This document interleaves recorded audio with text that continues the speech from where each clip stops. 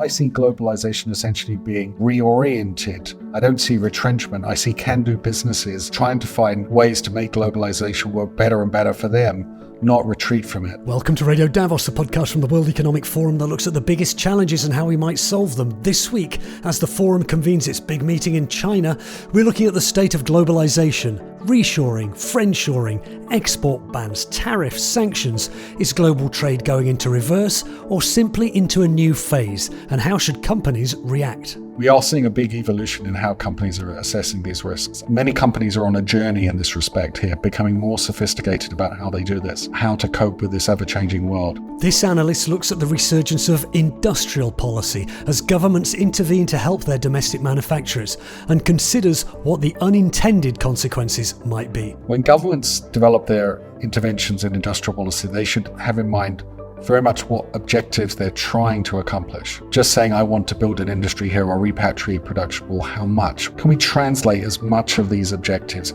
into quantifiable metrics so we know what success is? Subscribe to Radio Davos wherever you get your podcasts or visit wef.ch/podcasts, where you'll also find our sister programs Meet the Leader and Agenda Dialogues. I'm Robin Pomeroy at the World Economic Forum, and with this look at the future of globalization and of global trade, the potential for making some very bad decisions is quite high. This is Radio Davos. On the 25th to the 27th of June 2024, the World Economic Forum is convening its 15th annual meeting of the new champions, the AMNC, in Dalian, the city in China. It's a chance for leaders from business, government, civil society, academia and beyond to meet in Asia to discuss some of the world's most pressing issues. This year's edition of AMNC has as its theme Next Frontiers for Growth.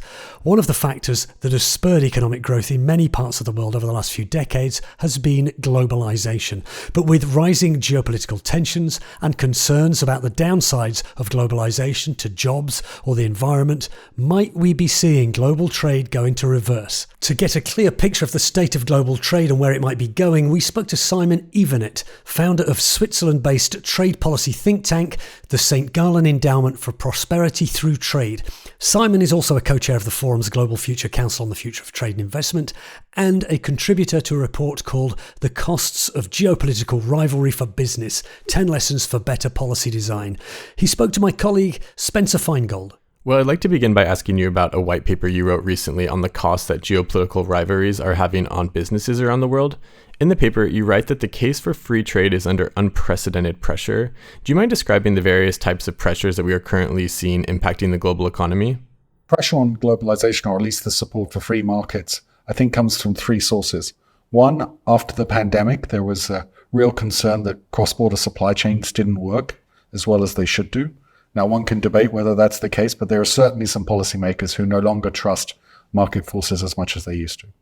A second source of pressure comes from the intensifying geopolitical rivalry between the United States and China and their respective allies. This has created distrust and has made it more difficult to advance cooperation. The third source of pressure comes from within our countries, as populations, especially in democracies, are increasingly divided over the merits of free trade. And this is largely a result of the fact that in some countries, living standards have been stagnant for less educated employees for a long time. So I'm also curious about how these pressures differ from past instances where free trade was being questioned. I'm thinking about the anti-WTO protests in the 1990s, for instance, or other anti-globalization movements in various corners of the world. Would you say that the pressures today are different from those in the past, and are they more severe today? The pressures today on globalization are much more severe than in the 1990s. They were very important then, and back then they reflected the divisions within our societies which were beginning to emerge. Now it's of an order of magnitude different because we have major players in the trading system, such as the United States, who are no longer convinced that advancing free trade and opening markets is such a good idea. So that's one huge difference. There's growing suspicions between players, between big countries. In the 90s, we didn't have such tensions between the US and China, and we definitely have them now. And then, of course, we've had a sequence of shocks which have hit the world economy, the global financial crisis, the pandemic, and so on and so on. And this has undermined, I think, people's confidence in the ability to be able to plan. And if you're trying to maximize the benefits of globalization, you need to be able to make investments over years to come. And that's all been disrupted. And it also seems like many of these shocks are interconnected and in fact exacerbate each other. Recently, for instance, we've seen ships avoiding the Red Sea due to conflict in the region. However, this increases emissions because the ships are now taking longer routes. Do you mind speaking to the interconnectedness of the pressures we're seeing today? There are definitely knock-on effects and dominoes out there. A great example is when we started seeing wheat being blockaded through the Red Sea. This pushed up the price of wheat and other grains in many emerging markets, creating food insecurity problems and increasing the risk of social unrest and turmoil. That in turn often encourages political instability, potential for conflict and invasions. So this type of knock-on effect from from food to other areas has been well demonstrated in the past. And I fear we'll have more of that coming up in the future. And for the white paper, you interviewed several executives about how they're responding to geopolitical tensions. Of course, these tensions are increasingly broad and complex. So for your research, do you think that the private sector is aligned on even understanding these conflicts and how they relate to the global economy? One of the most surprising things we found when we interviewed lots of executives was that they understand this word geopolitics in lots of different ways. So it's become a catch-all term. And for some, it is indeed about rivalry between China and the US. Some, it's about conflict in different parts of the world. Others, it's about protectionism. There are lots of different ways of looking at this problem. And I think one of the big takeaways from that is that when governments want to talk about geopolitics, they have to communicate very clearly which aspects they're referring to, because otherwise companies will misinterpret these signals, and that's likely to be a recipe for disappointment for all concerned. And I wonder if you could discuss in more detail how exactly the pressures on free trade are impacting businesses, which part of companies are being affected, and what is at risk should these pressures worsen? So one of the things we did in the paper was to identify 12 different ways in which firms take advantage of globalization. And that could be involving seeking out new revenue streams abroad, lowering your costs, reconfiguring how you organize yourself internally, and how a firm finances and acquires resources.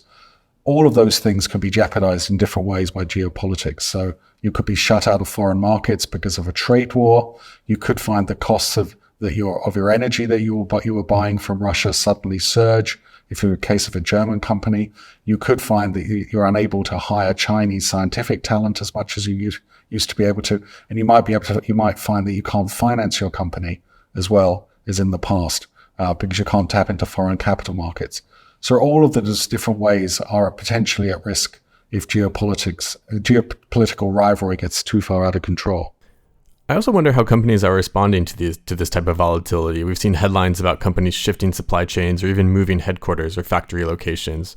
So what are you seeing with regards to how companies are taking action to respond to geopolitical pressures? The response across different industries is very varied. So much depends on how much a company tapped into overseas markets to start with. We're certainly seeing some companies moving production out of China, often maybe to Vietnam and Mexico. This is often linked to companies which are trying to supply the North American market. We're also seeing other companies rethinking their innovation strategies, perhaps localizing innovation for certain markets and or moving some sensitive innovation projects outside of geopolitical hotspots. We're also seeing some firms trying to essentially liquidate and withdraw from certain key geopolitical hotspots. The responses were quite diverse, but this reflects the fact that the commercial footprints of so many companies differ so much across sectors. So you mentioned that Vietnam and Mexico are becoming key players in global supply chains. Are you seeing other rejiggings around the world, other economic zones that are perhaps emerging as key players? The biggest attention has been given to Vietnam and to Mexico, and this seems to garner all the headlines. But when you look at the FDI data, you can actually see there are many other large emerging markets which are attracting lots of foreign investment, such as Brazil, parts of the Gulf region, some parts of Africa as well. So I think factories are on the move. I wouldn't like to say that they're on the move to just one or two places, but of course the pressures to move production closer to customers are probably strongest in the North American region, and this is why Mexico gets so much attention. And what about companies who might want to open a factory in a different country or open new stores somewhere else in the world? Are businesses today using different metrics or different assessment mechanisms to determine their geopolitical risk? We are seeing a big evolution in how companies are assessing these risks. Again, there's many companies are on a journey in this respect here, becoming more sophisticated about how they do this. Perhaps at the less sophisticated end, you have companies which view geopolitics as a compliance risk, mainly to deal with sanctions. But I think that more and more companies realize that they need to figure out how they're going to enter markets, or rather which markets to play in, how they're going to enter, and whether they're going to deploy lots of capital there, or maybe enter via franchising or some licensing model where they put less of their own capital at risk. We're seeing quite sophisticated responses developing as companies figure out how to cope with this ever-changing world. And you mentioned earlier that tension between the United States and China is a big threat to the global economy. It's quite interesting because this economic relationship has, of course, created a lot of growth throughout the world. So how are businesses dealing with the ongoing US-China tensions? This is very much in flux, but I think what we're seeing up until now is quite selective decoupling. That is, in some very sensitive areas where certain technologies are at stake, take semiconductors and the like, we are beginning to see commercial ties thinning between China and the West. But in many other areas, they're as thick as ever, if not growing. And so it's quite a mixed picture that we're observing over time in terms of the relationship between these two behemoths. I think the one thing that is on the horizon which worries me is that the characterizations of the Chinese economic model are so negative in some parts of the West that China's not being given any benefit of the doubt. And as a result, I think a lot of Chinese executives and officials aren't listening to the criticisms either. And the risk is that we develop a dialogue of the death and both parties just start taking indiscriminate action against each other. That would be a scenario which I think we must do everything to try and avoid. So we're also seeing a resurgence of industrial policy by governments around the world who are trying to bolster domestic industries or shape economic competition with neighbors and countries elsewhere. I'm curious, what do you think governments should keep front of mind as they develop their industrial policies? When governments develop their interventions in industrial policy, they should have in mind very much what objectives they're trying to accomplish. Just saying, I want to build an industry here or repatriate production, well, how much? Can we translate as much of these objectives into quantifiable metrics so we know what success is? Secondly, governments should try and inject as much competition in their industrial policies as possible. So instead of just giving a grant to a company, say $5 billion to produce some part of a semiconductor plant, why not have a competition between firms to see which one could put forward the best plan to do that? Now, of course, that depends on the number of firms in a particular sector, but injecting as much competition in here, I think, is likely to elicit better private sector offers to governments. And lastly, we have to be very transparent about how the money is allocated, and then afterwards we have to learn how effective these different forms of industrial policy are, because some are going to be much more effective than others, and governments, after all, are accountable to their people for how they spend money. And if they can show that they're learning to improve industrial policy over time, populations might be more sympathetic putting up these large amounts of cash. If not, then I expect we'll have a backlash against industrial policy in the near future. And are you worried that geopolitical tensions might derail some industrial policies if governments take short-sighted decisions? Oh, absolutely. I mean, I think the potential for making some very bad decisions is quite high. And in fact, we may already be seeing that in semiconductors, where every big economy seems to feel like they need to have some part of the semiconductor supply chain, if not the major production part. And this is a recipe, I think, down the road for a massive glut in semiconductors and lower prices there. And then the companies will have to be bailed out again because they're no longer financially viable. So this is one of these cycles and knock-on effects that you mentioned earlier, which I think is brewing in the area of semiconductors. And what about the private sector? Of course, businesses have agency and they're independent actors. So how can companies strengthen their understanding of geopolitical competition and geopolitical rivalries? So the first thing is that geopolitics has many dimensions to this, and we really outline that in the paper. And I think boards of companies now need to start taking a broader canvas of this. This is not just a US-China contest. There are different facets here. So I think boards have to educate themselves on the different types of geopolitical risks. Then they have to figure out how to assess those geopolitical risks, which parts of their operations and strategy are going to be compromised. And to turn this around, let's not be negative about this, or there could well be opportunities as well, which are present. And then also companies need to figure out what's their risk appetite. Some of the companies we spoke to had looked at their operations in places like China and turned around and said that there is no way they could replicate them as efficiently elsewhere. And they were prepared to accept the additional risks associated with remaining in China. And so that's a judgment. One may not necessarily agree with it. It might not be the right judgment, but it's one which requires taking a position on risk appetite as well. So I think these are the areas and ways in which corporate political risk moves from being a compliance issue, a nuisance issue, to being central to strategy making of companies. And what about companies or business associations being directly involved in de-escalating geopolitical tensions? Do you see the private sector playing a role in lowering the temperature with regards to geopolitical rivalries? Well, the private sector, I would argue, has a very strong interest in seeing such de-escalation. So President Biden has called for what he calls a guardrails approach on competition between China and the United States. In that type of scenario, competition doesn't stop, but at least there's some expectations about how Beijing and Washington, D.C. would behave. That type of environment might de-risk a lot of investments across the Pacific. And so I can see business there having a strong interest in seeing that type of outcome. We shouldn't forget that after the First World War, there was a group of executives who called themselves merchants for peace. And out of that came the International Chamber of Commerce, as we know. And the ICC has played an important part in trying to tamp down tensions and increase mutual understanding. And I think that's something which we should all be supporting. Wow, that's extremely interesting. So moreover, it's also well agreed upon that free trade and globalization has brought tremendous prosperity to the world. But there are people with honest critiques about the system and good faith actors who have been calling for perhaps a rethinking of global trade. So how do you think the system of free and global trade could be improved upon today?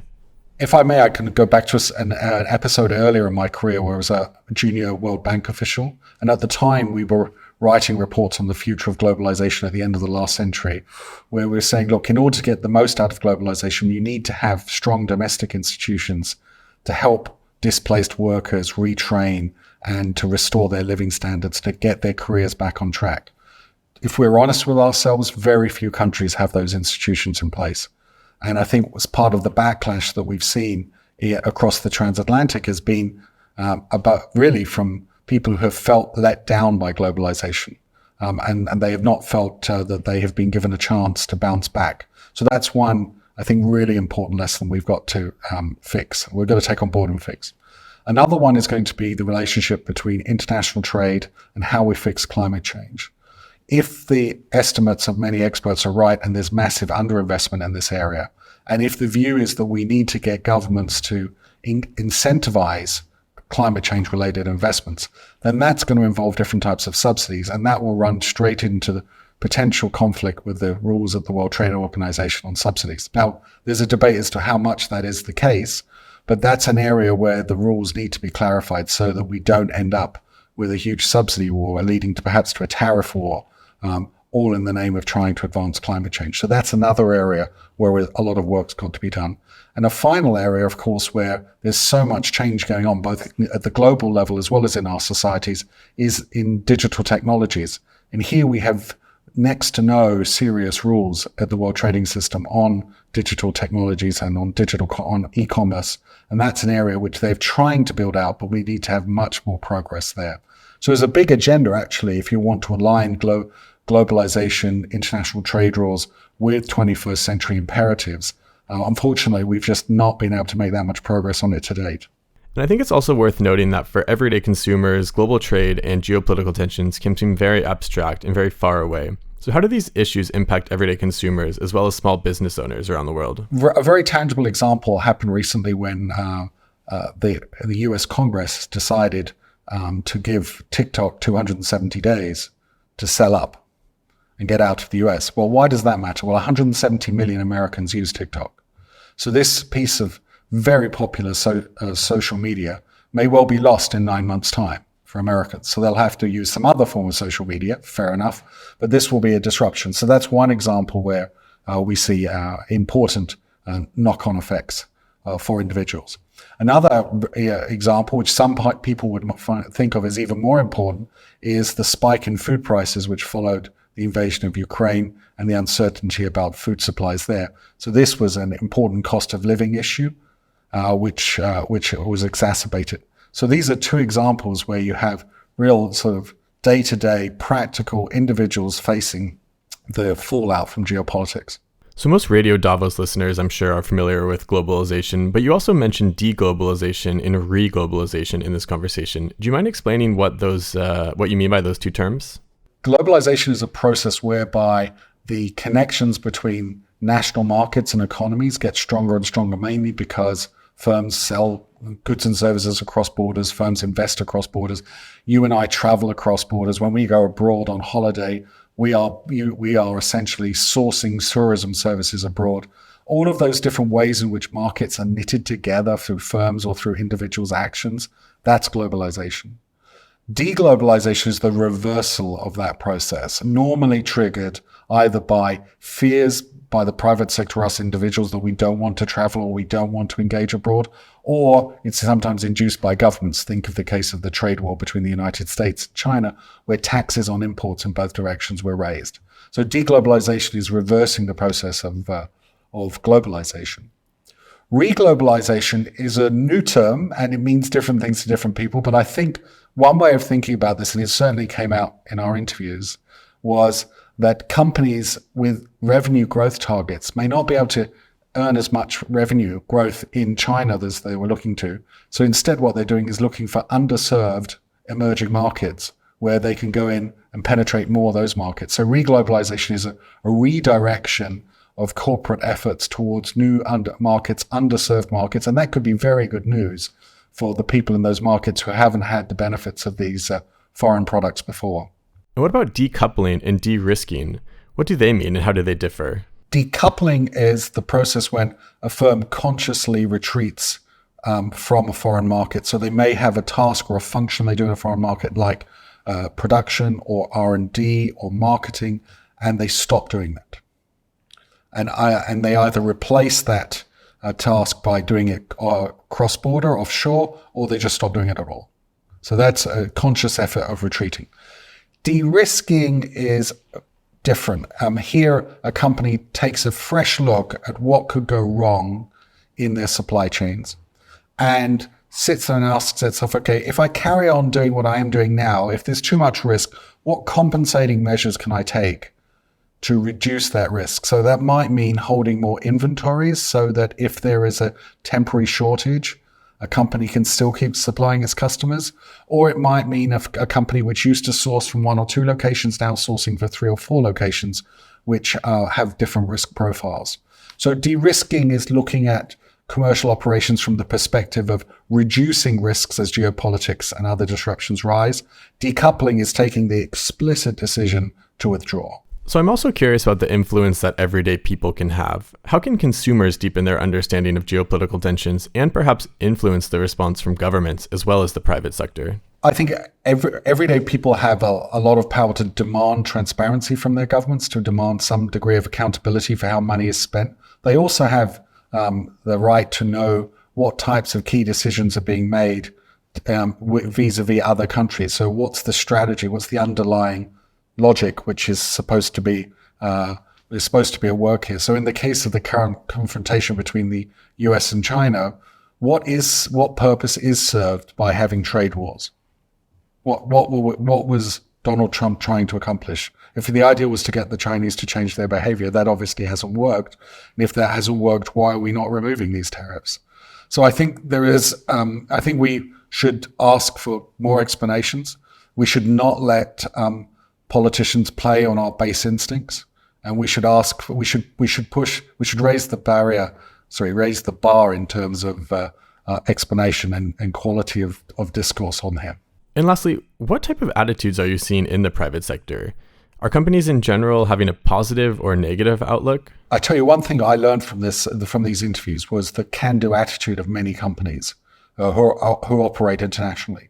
They realize they might have had a setback in China or in Russia, but they're not giving up on globalization. They've got revenue targets which they've promised and committed to their shareholders, so they're looking for new markets. And this actually opens the possibility of customers in emerging markets who might not have being served in the past now being served in the future. So I see globalization essentially being sort of reoriented. I don't see retrenchment. I see can-do businesses trying to find ways to make globalization work better and better for them, not retreat from it. And where would you say this optimism stems from? I think the sources of optimism really come from the sort of can-do attitude that I described from business. You also see, and maybe this is because I'm based in Europe, young people haven't given up on traveling around Europe and having fun and all the rest of it. So that sort of tying together of economies, societies is still very present. So that's a source of optimism. Another area I think of optimism is you still see a lot of scientific collaboration, whether it's in the digital space or even in the biotech and medical space. So that's all pushing forward. So these should be grounds for positivism. What is negative, unfortunately, is the sort of emerging dialogue of the death that we're having between many governments who are just not prepared to give each other the benefit of the doubt anymore. And that is a major source of worry, and that could upset the apple cart. Simon Evenet, founder of the St. Gallen Endowment for Prosperity Through Trade. The report he helped author is called The Costs of Geopolitical Rivalry for Business, 10 Lessons for Better Policy Design. It's available on the forum's website. There's a link in the show notes to this episode. You'll also find a link to the Centre for Regions, Trade and Geopolitics, that part of the forum that aims to spur action on inclusive, sustainable growth through trade and investment. And you can follow all the action from the annual meeting of the new champions in China on our website and across social media using the hashtag AMNC24. Please subscribe to Radio Davos wherever you get your podcasts and leave us a rating or a review if you like what you've heard, and join the conversation about podcasts on the World Economic Forum Podcast Club on Facebook. This episode of Radio Davos was written and presented by me, Robin Pomeroy, with reporting by Spencer Feingold. Editing was by Jerry Johansson. Studio production was by Gareth Nolan. We'll be back next week, but for now, thanks to you for listening and goodbye.